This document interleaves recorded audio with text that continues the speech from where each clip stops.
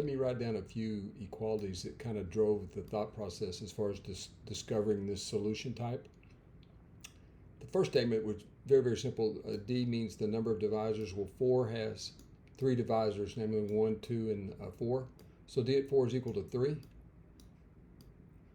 Now something else that's important, and it's for this particular problem at least, I'll tell you what, maybe it's more important. You can see why this is important. You need for this part in here to evaluate to a 4, or not necessarily just a 4. Any semi-prime, and again, let me write down a couple of statements. You'll see what I'm saying.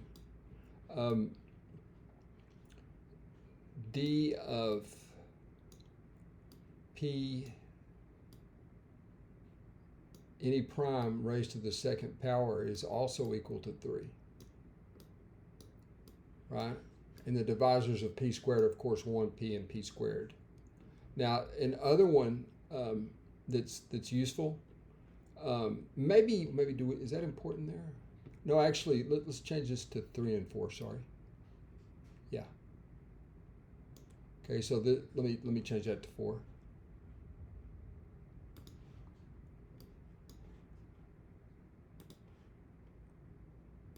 Okay.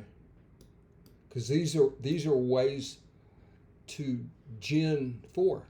We need a 4 or something like it there, but let me just show you another one. The number of divisors of 2 distinct primes, their product that is also 4. And you can literally say those divisors, the divisors are clearly 1, PQ, and PQ, right? So you see this 4 has this type of representation.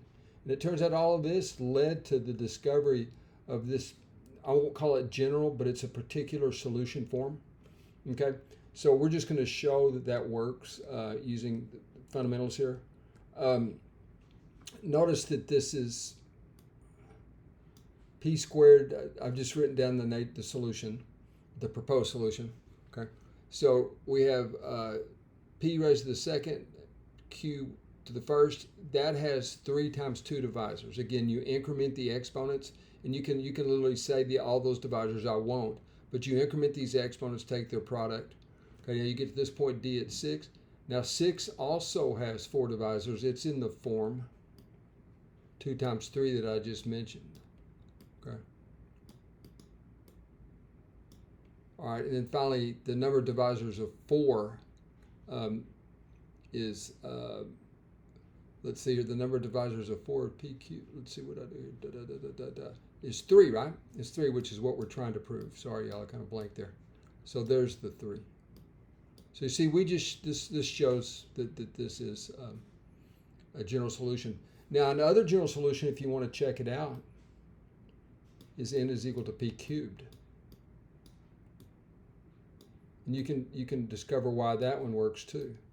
And so there's an infinite number of these particular forms, it turns out, based on the various ways you can manipulate. It's the fact that semi-primes have 4 divisors, and that this guy right here, and I should say K and K plus 1 to be more general. But anyway, you can see how reusing this stuff helped us to solve this problem and show that this was a solution. Now let's just do a particular problem maybe that's in the form. Let's take P equal to, 7.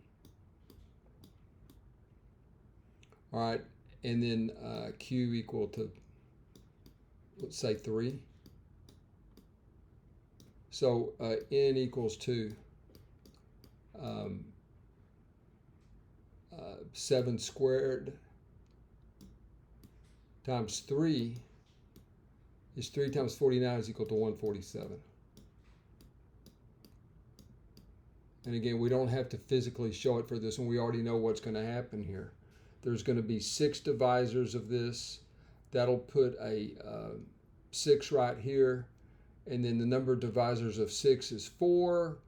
And then D at 4 is 3, right? So we already know that the general case works. This is just a concrete example. Anyway, more to follow. I kind of like these problems where you do the compositions, noticing patterns, and noticing the type of prime number configurations that actually get the job done. Okay.